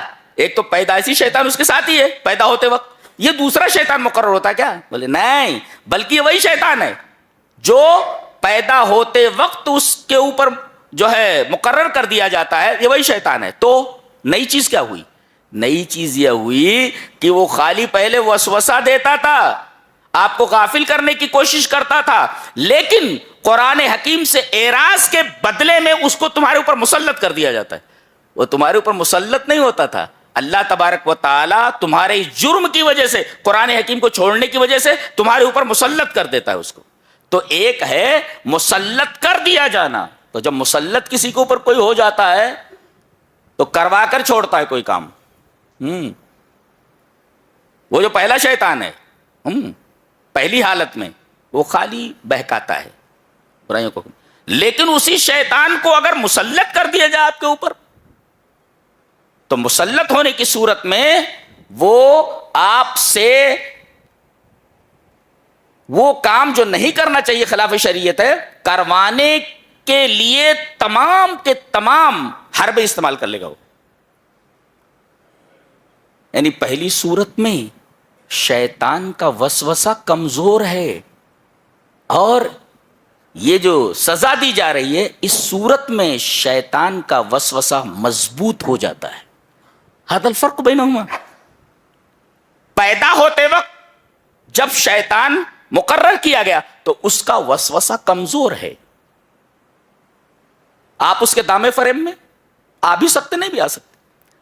لیکن جب آپ رحمان کے ذکر سے اعراض کریں گے اور اللہ اسی شیطان کو تمہارے اوپر مسلط کر دے گا، تو اس صورت میں تمہارے جرم کی یہ سزا ہو رہی ہے کہ شیطان کا وسوسہ پہلے کمزور تھا، اب مضبوط ہو گیا. اب جب مضبوط ہو گیا تب آپ کو اپنے جھانسے میں لے ہی لے گا. اپنے دامے فریب میں لے ہی لے گا اور آپ کو اپنے شیشے میں اتار ہی لے گا. یہ فرق ہے. شیطان وہی ہے لیکن پہلی صورت میں اس کا وسوسہ کمزور ہے, مسلط کر دیا گیا تو اس کا وسوسہ مضبوط ہو گیا, قوی ہو گیا. یہ مطلب. اچھا یہاں رک کر ایک اور بات جان لے. بعض لوگ کہتے ہیں کہ آدمی کا ایک ہمزاد ہوتا ہے. ہمزاد کا مطلب کیا لیتے ہیں کہ انسان ہی کی شکل کا ایک شیطان اس کے ساتھ ہوتا ہے, اس کو ہمزاد بولتے ہیں. بعض لوگ کہتے ہیں بابا لوگ کہ ہم لوگ اس ہمزاد کو اپنے قابو میں کر لیتے ہیں اور اس ہمزاد سے جو چاہتے ہیں کراتے ہیں. ہمزاد کا یہ تصور خلاف شرع ہے. شریعت میں اس کا کوئی تصور نہیں ہمزاد وغیرہ کا, کہ انسان ہی کی شکل کا ایک شیطان اس کے ساتھ پیدا ہوتا ہے. ہاں, اور بابا لوگ بولتے ہیں ہم اسی ہمزاد کو اپنے قابو میں کر لیتے ہیں اور جو چاہتے ہیں کرواتے ہیں. ہمارے اوپر جو ہمزاد ہے ہمارے ساتھ, ہم نے اس کو قابو میں کر لیا ہے, اب ہم اس ہمزاد سے جو چاہتے کرواتے. بکواس ہے یہ, ربش. یہ اس آیت کریمہ کی تشریح تھی. وَمَن يَعْشُ عَن ذِكْرِ الرَّحْمَنِ نُقَيِّضْ لَهُ شَيْطَانًا فَهُوَ لَهُ قَرِينٌ. آگے سورہ دخان ہے, اس میں آج کی رات کا تذکرہ ہے. جی جی غور سے متوجہ ہیں. حامیم والکتاب المبین. اللہ تبارک و تعالیٰ اپنے کلام کی قسم کھا کر کے بولتا ہے. یہ جو قرآن آپ کے سامنے اس کی قسم کھا رہا ہے. اللہ اکبر. اللہ تبارک و تعالیٰ قرآن کی قسم کھا رہا ہے, قرآن کی قسم اٹھا رہا ہے. دیکھو حامیم والکتاب المبین, قرآن حکیم کی قسم. کیا؟ انا انزلناہ فی لیلۃ مبارکۃ انا کنا منذرین. ہم نے اس کتاب کو جس کی ہم قسم کھا رہے ہیں, قسم اٹھا رہے ہیں جس کی, قرآن کی, ہم نے اس کو ایک مبارک رات میں نازل کیا ہے. یہ وہی رات ہے, 5 طاق راتوں میں سے ایک رات ہے. مبارک, مبارک کا مطلب کثیر الخیرات والبرکات, بہت زیادہ بھلائیاں اپنے اندر لیے ہوئے ہے اور بہت زیادہ برکتیں اپنے اندر لیے ہوئے. کثیر الخیرات و کثیر البرکات. اور کیوں نہ ہو کہ ایک رات 1000 رات سے بہتر ہے. لیلۃ القدر خیر من 1000 شہر. 1000 مہینوں سے بہتر ہے یہ ایک رات. لیلۃ القدر خیر من 1000 شہر. ایک رات 1000 مہینے سے بہتر ہے. اس سے زیادہ برکت والی رات اور کیا ہو سکتی ہے؟ آدمی کو اپنی زندگی بھر سے زیادہ نیکیاں اس ایک رات میں حاصل ہو سکتی. اللہ تبارک تعالیٰ نے قرآن کی وجہ سے اس رات کو اتنا بابرکت بنا دیا, تو قرآن کتنا بابرکت ہوتا ہے اندازہ لگائیے. قرآن کا محل ہے کیا یہ مبارک رات, ظرف ہے. قرآن اسی رات میں نازل ہوا ہے اور قرآن کے اس رات میں نازل ہونے کی وجہ سے اس رات کا رتبہ اتنا بڑھ گیا کہ یہ اتنی برکت والی رات ہو گئی کہ ایک رات 1000 مہینے سے بہتر ہے. اگر اتنی برکت والی یہ رات اس وجہ سے ہوئی کہ اللہ نے قرآن حکیم کو اس رات پہ نازل کیا, تو اندازہ لگائیے جو چیز نازل ہوئی ہے وہ کتنی بابرکت ہوگی. لہذا بار بار آتا ہے ہذا کتاب انزلناہ مبارک, یہ کتاب جو ہم نے نازل کی تمہارے اوپر بابرکت کتاب ہے. لہذا اگر برکتیں چاہیے تو اپنے گھر کو قرآن حکیم کی تلاوتوں سے, اس کے تفہم سے, اس کے تدبر سے آباد کرو. نبی کریم صلی اللہ علیہ وسلم ایک دفعہ ایک گلی سے گزرے, آواز سن کر ٹھہر گئے. مسلم شریف کی روایت ہے. آواز دیکھا تو ابو موسیٰ اشعری اپنے گھر میں قرآن حکیم کی تلاوت کر رہے ہیں. آواز بہت پیاری تھی. عرب ہیں, زبان ہی عربی ہے, قرآن حکیم بہت خوبصورت پڑھتے ہیں. ابو موسیٰ اشعری نبی کریم صلی اللہ علیہ وسلم تاریک گلی میں کھڑے ہوئے, تنہا کھڑے ہوئے اس گلی میں, اور گلی مکمل تاریک ہے. پہلے ایسا تھوڑی تھا کہ پولس لگے ہوئے ہیں, ان کے اوپر لائٹس ہیں اور چاروں طرف اجالا ہے. گلی تاریک ہے، اس میں وہ ہستی کھڑی ہوئی ہے اندھیرے میں جس ہستی کے اوپر وہ کلام نازل ہوا ہے، اور جب تک ابو موسیٰ اشعری پڑھتے رہے تب تک ہمارا نبی اس تاریک گلی کے اندر کھڑا رہا۔ اندازہ لگائیے کہ قرآن حکیم کتنی بابرکت کتاب، اور کتنے بابرکت تھے وہ لوگ کہ رات میں ان کے گھروں سے قرآن حکیم کی تلاوت کی آوازیں آتی تھی۔ تبھی اللہ تبارک تعالیٰ نے پوری دنیا ان کے حوالے کر دی، اونٹوں کے چرانے والوں کو، بکریوں کے چرانے والوں کو، جن کے پاس نہ کوئی سویلائزیشن نہیں، کوئی کلچر نہیں تھا، بدو تھے سب۔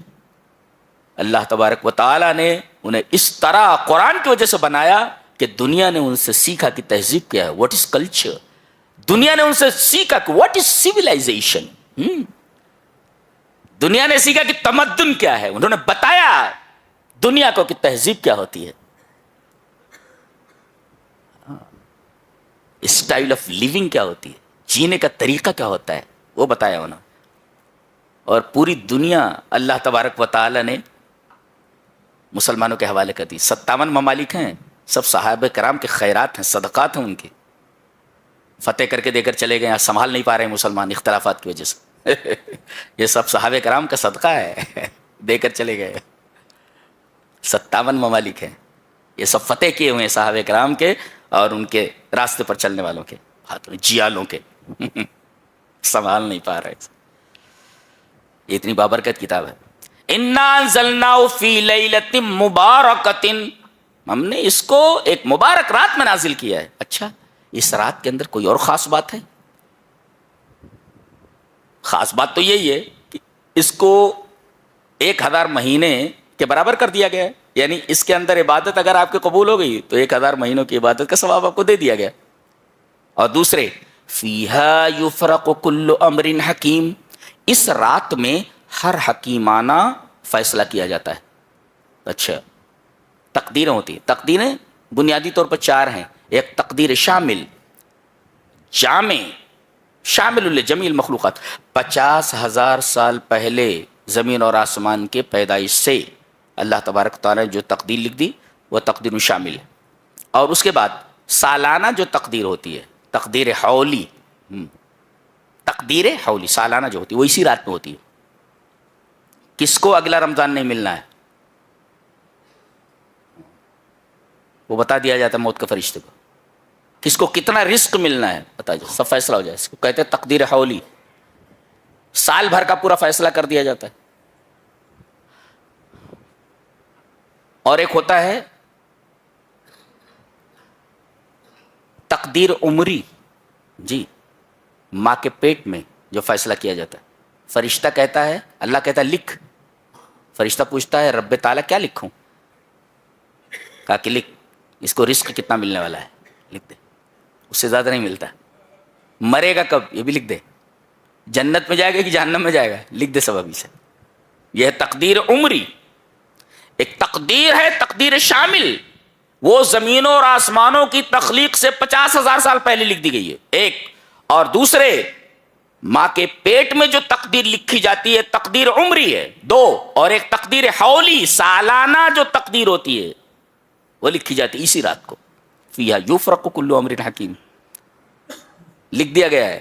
یہ جو لوگ یہاں کچھ بیٹھے ہوئے ہیں ان میں سے کن کن کو یہ مہینہ نہیں ملنے والا ہے، ہماری طرف آنے والے ہیں اللہ۔ اور ایک تقدیر یومی، دن کی تقدیر ہے، دن میں کس کو کیا ملنے والا ہے، یہ 4 قسم کی تقدیر ہے۔ فیہا یفرق کل امر حکیم، اور یہ امر من عندنا، یہ ہماری طرف سے امر ہوتا ہے، یہ جی ہماری طرف سے امر ہوتا ہے۔ اس کے بعد ایک بڑی پیاری بات فرمائی جا رہی ہے، پہلے وہ لفظ دیکھو کتنا خوبصورت ہے، اس کے بعد بات کرتے ہیں۔ وَاتْرُكِ الْبَحْرَ رَهْوَا، رَهْوَا عجیب اسٹرینج ورڈ اٹ از، وَاتْرُكِ الْبَحْرَ رَهْوَا، لفظ ایک ہے معنی 2 ہے۔ رہوا کا مطلب ہوتا ہے جارین، ساکنن و منفرجن، 2 معنی، ساکنن منفرجن، کیا مطلب؟ حضرت موسیٰ علیہ السلام کو حکم ہوا کہ عصا کو دریا پر ماریں، ٹھیک ہے۔ اب جیسے ہی آپ نے عصا کو دریا پر مارا پانی 2 حصوں میں بٹ گیا اور پہاڑ کی طرح کھڑا ہو گیا. پانی پہاڑ بن گیا. پانی پتھر بنتا ہے کیا؟ اب پانی کو پتھر بنا دیا گیا کالطود العظیم, اور بیچ میں راستہ بن گیا. ٹھیک ہے, راستہ بن گیا. اب حضرت موسیٰ علیہ السلام بنی اسرائیل کو لے کر اسی راستے سے اس پار چلے گئے. اب موسیٰ کی تمنا کیا ہوگی؟ موسیٰ کی تمنا یہی تھی کہ پانی اپنی اصلی حالت پر آ جائے, ایز اٹ از ہو جائے, ہے نا, تاکہ فرعون ہمارا پیچھا کرتے ہوئے اسی راستے سے ہمارے اوپر حملہ نہ کرے. تو تمنا کیا تھی کہ یہ راستہ مل جائے, ایز اٹ از ہو جائے. اللہ نے فرمایا نہیں, ایسا مت. وَاتْرُكِ الْبَحْرَ رَهْوًا, دریا کو ایسے ہی ٹھہرا ہوا اور کشادگی والا, یعنی جو راستہ بنا ہوا ہے یہ کشادگی والا اور ٹھہرا ہوا ایسے ہی رہن دو. اس کیوں؟ انہم جند مغرقون, فرعون اور اس کے لشکر کو ہم یہی ڈبونے والے ہیں. یہ رہوا کا لفظ بڑا عجیب و غریب ہے. رہوا, رہون ساکنن و منفرجن, ٹھہرا ہوا اور کشادگی والا راستہ بنا ہوا. اس لیے کہ راستے کو ایسے ہی رہنے دو اور پانی کو اسی طرح ساکن رہنے دو, ٹھہرا ہوا. اس لیے کہ ہم ایک انعام تو کر چکے ہیں تمہارے اوپر کہ اس راستے سے تمہیں ہم نے گزار دیا. اب دوسری نعمت ہم یہ عطا کرنے والے ہیں کہ اپنے دشمنوں کو مرتے ہوئے دیکھو جنہوں نے برسوں تمہارے اوپر ظلم کیا ہے. اللہ نے فرمایا انہم جندم مغرقون, راستہ ایسے ہی رہن دو, ایز اٹ از رہن دو, اس لیے کہ ہم ان کو ڈبونے والے ہیں. ڈبو دیے گئے سب. اور بڑی شان سے فرمایا گیا فما بکت علیہم السماء والارض وما كانوا منظرین. فرعونی پورے کے پورے فرعون سمیت ڈوب کر مر گئے. بعد میں بڑی شان سے اللہ تبارک تعالیٰ ارشاد فرماتا ہے کہ اس سے بڑی شان کس کی ہو سکتی ہے کہ ان پر آسمان و زمین نہیں روئے. پتہ یہ چلا کہ کچھ اتنے اچھے لوگ ہوتے ہیں کہ ان کے مرنے کے بعد زمین بھی روتی ہے اور آسمان بھی روتا ہے, اور کچھ اتنے ناپاک اور نالائق قسم کے لوگ ہوتے ہیں, دھرتی کا بوجھ ہوتے ہیں. لوگ کہتے ہیں کم کیوں نہیں ہوتا, زمین کا بوجھ ہے یہ, کم ہو جانا چاہیے. تو بعض لوگ ایسے ہوتے ہیں کہ ان کے مرنے کے بعد آسمان اور زمین روتے ہیں, اور بعض اتنے نالائق ہوتے ہیں کہ خس کم جہاں پاک, مر گیا مر گیا, دھرتی کا بوجھ کم ہوا. اچھا, یہ زمین اور آسمان کیوں روتے ہیں؟ اس لیے کہ زمین میں مواضع الطاع, جہاں اس نے سجدے کیے ہیں وہ زمین سے پہچانتی ہے. جہاں تم نے اللہ کی کوئی اطاعت کی وہ زمین تمہیں پہچانتی ہے, وہ جگہ تمہیں پہچانتی ہے. جہاں تمہیں سجدے کیے ہیں, جہاں تم نے نمازیں ادا کی ہیں, تم اس دنیا سے چلے گئے, وہ روتی ہے جگہ کہ یہاں اللہ کو سجدہ کرنے والا اس کا کوئی بندہ تھا, چلا گیا اس دنیا سے. تو گویا کہ تابعداروں کے ساتھ زمین بھی بہت محبت کرتی ہے. اور اس کا جو یہ عمل ہے, اس کی نمازوں کا جو ثواب ہے وہ آسمان پر چڑھتا ہے, دروازوں سے آگے جاتا ہے وہ. تو جس دروازے سے آسمان کے اس کا عمل جاتا ہے, عمل رک جاتا ہے, پتہ چل جاتا ہے کہ مر گیا ہو, اس لیے کہ اس کا عمل چڑھ نہیں رہا ہے, تو آسمان بھی روتا ہے اس کے مرنے پر. اللہ نے فرمایا فما بکت علیہم السماء والارض, یہ فرعونی جتنے مر گئے آسمان اور زمین ان کے اوپر روئے نہیں, اس لیے کہ خسکم جہاں پاک کے مصداق تھے, کچرا تھے یہ, کچرے کے اوپر کہاں زمین روتی ہے, کچرا تھے. اور ایک نقطہ اور ملا کہ لوگ روتے ہیں کن پر؟ جب وہ کوئی عظیم شخصیت ہوتی ہے تو روتے, ارے اتنا بڑا آدمی دنیا سے چلا گیا. تو بڑی ہستیوں کے اوپر لوگ روتے ہیں, زمین اور آسمان نہیں روئے. کیا مطلب؟ عام آدمیوں کی طرح مر گئے. اپنے کو انا ربکم الاعلی کہتا تھا, برسوں یہ بنی اسرائیل کے اوپر عذاب کی طرح مسلط رہے, اپنے آپ کو بڑا سمجھتے رہے, عام لوگوں کی طرح مر گئے. یہ کیا بات ہے, کیا بات ہے. آگے سورہ جاسیہ ہے, اس کے نام ہی سے ڈر لگتا ہے. اگر صحیح طریقے سے اس کے نام کا تصور آپ کے ذہن میں آ جائے, اب بڑی دیر تک اپنے آنسو نہیں روک پائیں گے.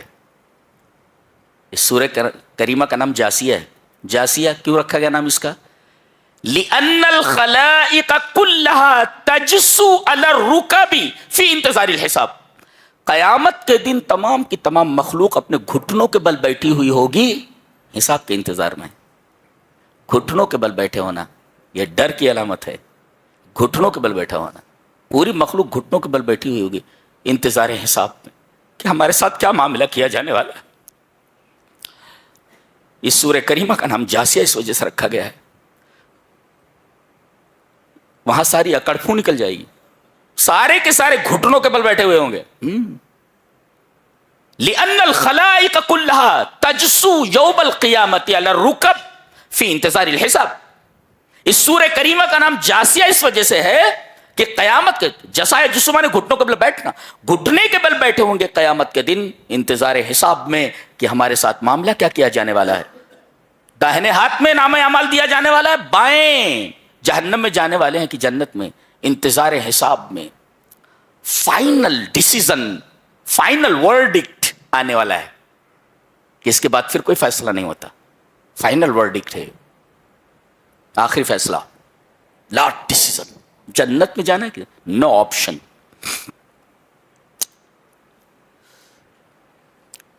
سورہ جاسیہ.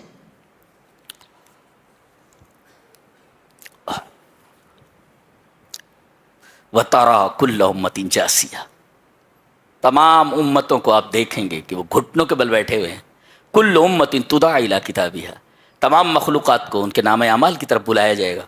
کیوں؟ الْيَوْمَ تُجْزَوْنَ بِمَا كُنتُمْ تَعْمَلُونَ, تم جو زندگی میں کرتے رہے ہو پورا پورا بدلہ تمہیں دیا جانے والا ہے. بیٹھے ہوئے گھٹنوں کے بل بیٹھے ہوئے. انسان کس قدر بے بس ہے, بے بس. اور نام اعمال سامنے رکھ دیا جائے گا. هذا کتابنا ينطق علیکم بالحق, تمہارا نام اعمال بول پڑے گا.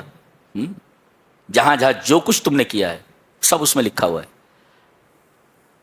اگر ویڈیو دیکھنا چاہتے ہو ویڈیو موجود ہے, آڈیو دیکھنا چاہتے ہو آڈیو موجود ہے. دیکھ سکتے. ینطق علیکم, بولنے کا مطلب کیا ہے؟ ویڈیو بھی موجود ہے. ینطق, بولتے ہوئے. کتاب بول رہی ہے, کیا مطلب؟ کتاب بول رہی ہے. آڈیو دیکھنا چاہتے ہو آڈیو بھی موجود ہے, اور ویڈیو دیکھنا چاہتے ہو بولتے ہوئے. آدھا کتاب نا ینطق علیکم بالحق, یہ بول رہی ہے. دیکھو دیکھو تم نے یہاں پر یہ کیا ہے, تم نے یہاں پر یہ بات کہی ہے. کیا ریکارڈنگ ہے, اللہ اکبر. سارے کیمرے لگے ہوئے ہیں.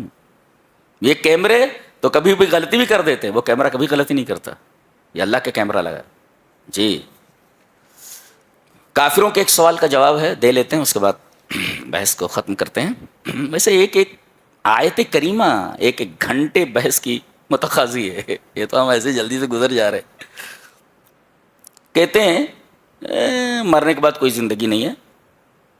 وَقَالُوا مَا هِيَ إِلَّا حَيَاتُنَا الدُّنْيَا نَمُوتُ وَنَحْيَا وَمَا يُهْلِكُنَا إِلَّا الدَّهْرُ.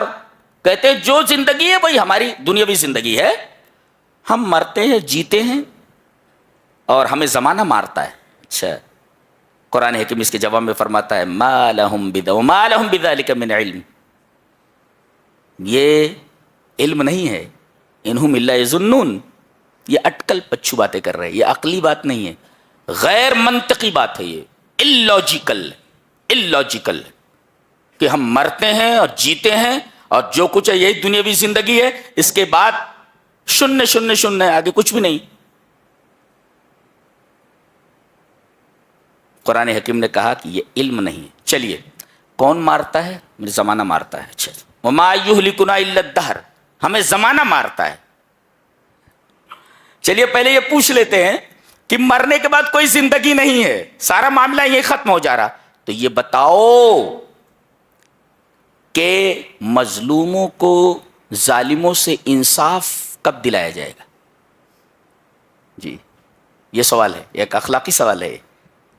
مظلوموں کو ظالموں سے انصاف کب دلایا جائے گا؟ ایک, اور دوسرے صابرین کو ان کے صبر کی قدر و قیمت کب معلوم ہوگی کہ ہم نے دنیا میں اتنے صبر کیے, بدلہ کدھر ہے؟ دوسرے, نیک لوگ ہمیشہ پریشان رہتے ہیں, برے لوگ ہمیشہ مست رہتے، اچھے لوگ ہمیشہ پریشان، اور برے لوگ ہمیشہ خوشی اور تعیش میں رہتے ہیں۔ قتل کرتے کہ آدمی اچھا وکیل رکھ کر کے بچ جاتا ہے، یہ مقتول کو بدلہ دلانے والا کون؟ لہذا ایک ایسا عالم ہونا چاہیے جہاں پر بدلہ دیا جا سکے ان کے عملوں کا۔ اور زمانہ کسے کہتے ہیں؟ مرور ایام کو، پیسج آف ٹائم، گزرنا، زمانہ گزر رہا ہے۔ اور ایک بات یاد رکھو، جو چیز مرکب ہو وہ مخلوق ہوتی ہے۔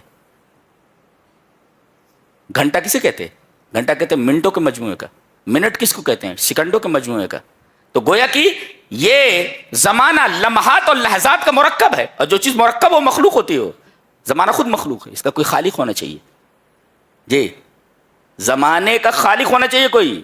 کیوں؟ اس لیے کہ یہ لحظات اور لمحات سے مرکب ہے۔ جو چیز مرکب ہو، ترکیب پذیر ہو، وہ مخلوق ہوتی ہے۔ زمانہ مخلوق ہے، خالق نہیں ہے کوئی مار سکے۔ اور زمانہ زندہ ہے، دلیل لاؤ۔ کوئی زندہ شے ہے، دلیل لاؤ۔ وہ خود مرا ہوا ہے، تو ایک مری ہوئی چیز ایک زندہ کو کیسے مار سکتی ہے؟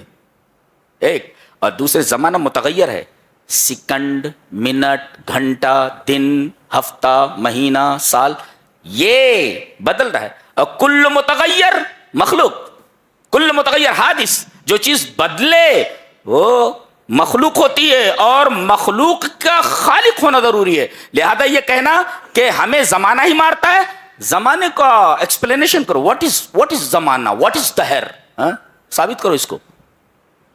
گویا یہ ماننا اخلاقی طور پر بھی اور منطقی طور پر بھی، دونوں طور پر بالکل غلط ہے۔ ثابت یہ ہوا کہ مرنے کے بعد ایک زندگی ہے جہاں آپ کو اپنے تمام کرتوتوں کا حساب و کتاب دینا ہے۔